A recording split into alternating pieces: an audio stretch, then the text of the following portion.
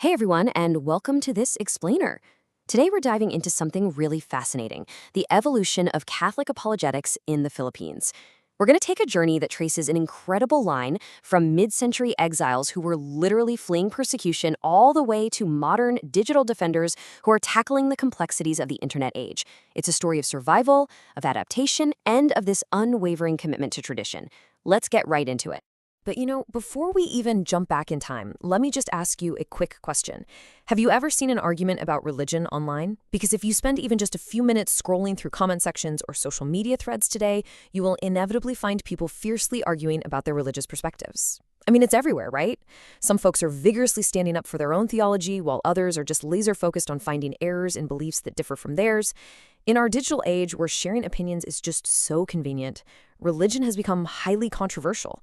In this environment, which, let's be honest, can be toxic sometimes or genuinely curious at other times, it sets the absolute perfect stage for understanding why an organized defense of faith is so crucial right now. Okay, so what does this all actually mean? Well, at the center of our topic today is one core term, and that is apologetics. Simply put, it's the art of defending and explaining the Catholic faith. But, and this is a big but, it is not just about winning a debate. As you'll see from the sources we're looking at, the true goal of apologetics is to clarify misunderstandings, dispel prejudice, and ultimately share Christ's truth.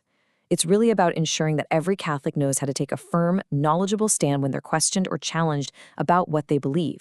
Now, the organized effort to systematically train people in this art, it didn't just pop up overnight. We are looking at a timeline that spans decades. Back in 1955, the Institute for Mission Apologetics was founded in Manila. Then, just a few years later, in 1963, a grassroots organization called the Catholic Faith Defenders, or CFD, was established in Cebu City. And fast forward all the way to 2023, that exact same organization experienced a massive 61% surge in membership. So how did we get from 1955 to that huge modern explosion of interest? Let's break it down. It all starts with a rather unexpected origin story. Actually, it's kind of wild. As detailed in a 1955 issue of the Philippine Studies Journal, the Institute for Mission Apologetics was birthed from a literal crisis. Thousands of foreign missionaries were facing physical persecution, and they were forcibly expelled from China by the communists.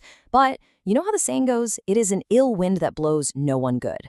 Father Franz Burkhardt, who was the exiled rector of the Kingsian Seminary, led a group of these highly experienced missionaries straight to Manila, which was considered the crossroads of the missions of the Far East at the time. And right there, they established a research center to completely re-examine how religious instruction was being taught. This origin story brilliantly illustrates the core problem they were trying to solve. In the 1950s, these missionaries realized something absolutely crucial. Their message just wasn't landing. Religious instruction was bogged down in complicated theological speculation. They called it a bone-dry catechism with a heavy burden of duties. So the Institute's goal was a radical shift. They wanted to present a living faith. Instead of just, memorizing details, they wanted to present a liberating message, a beautiful road leading to salvation. To actually achieve this, the 1955 Institute outlined some very concrete pastoral methods. They didn't just talk, they took action on the ground. First, they aimed to completely rethink the Christian message itself, so that it became an actual way of life, not just an academic exercise. Second, they planned to rigorously study and evaluate existing mission methods to see what was actually working. And third, they saw immense value in creating a living, adapted popular liturgy. What that means is they wanted worship practices that resonated deeply with the local people and their unique cultural symbols. They were essentially modernizing how an ancient faith was communicated. And this whole spirit of practical, grassroots faith defense, it totally paved the way for what came next.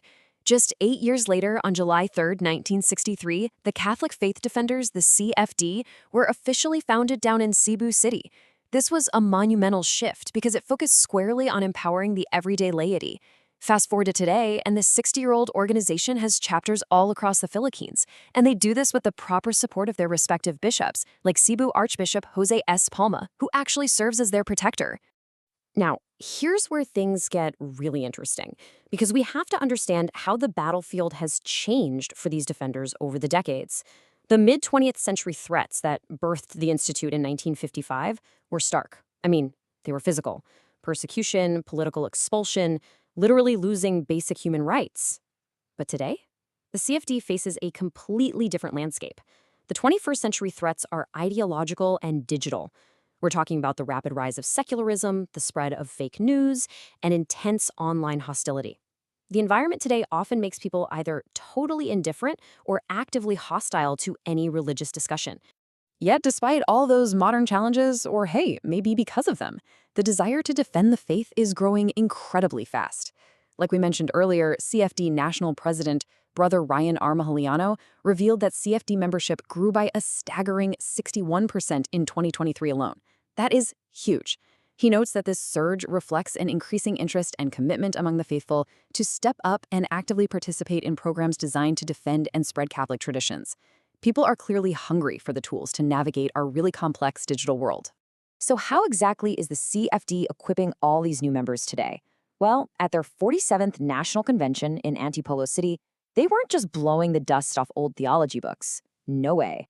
They were tackling modern topics like identifying fake news, the ethical use of artificial intelligence, and managing online conflicts about faith. They are directly addressing the absolute realities of the digital age.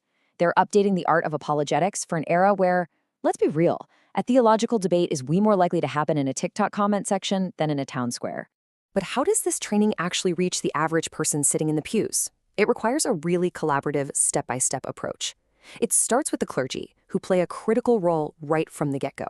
Brother Mahliano emphasizes that priests are uniquely positioned to fortify their parishioners against modern misconceptions.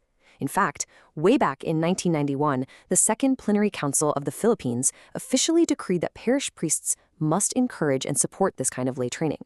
And that leads directly into organizing regular parish workshops with groups like the CFD. Ultimately, there is a laser-focused effort on equipping the youth with these apologetic skills, making absolutely sure the next generation is prepared. And I think this brings us to the absolute core philosophy that unites those original missionaries of 1955 with the digital defenders of today. CFD National President Brother Meggiano totally hit the nail on the head when he said, "It is about being prepared to give a reason for the hope that is in us, and doing so with gentleness and respect." You see, it's not about winning a shouting match on social media. It's about strengthening personal faith, clarifying those tricky misunderstandings, and sharing truth in a way that truly honors the rich tradition of the Church. Which kind of leaves us with a really compelling question to ponder as we wrap up this explainer. From exiled priests rethinking the catechism in the 1950s to everyday laypeople studying the ethics of artificial intelligence today, the methods of apologetics are constantly evolving. So ask yourself, how will this ancient faith continue to survive and adapt in an increasingly digital, fast-paced world? What completely new tools will the defenders of tomorrow need to master?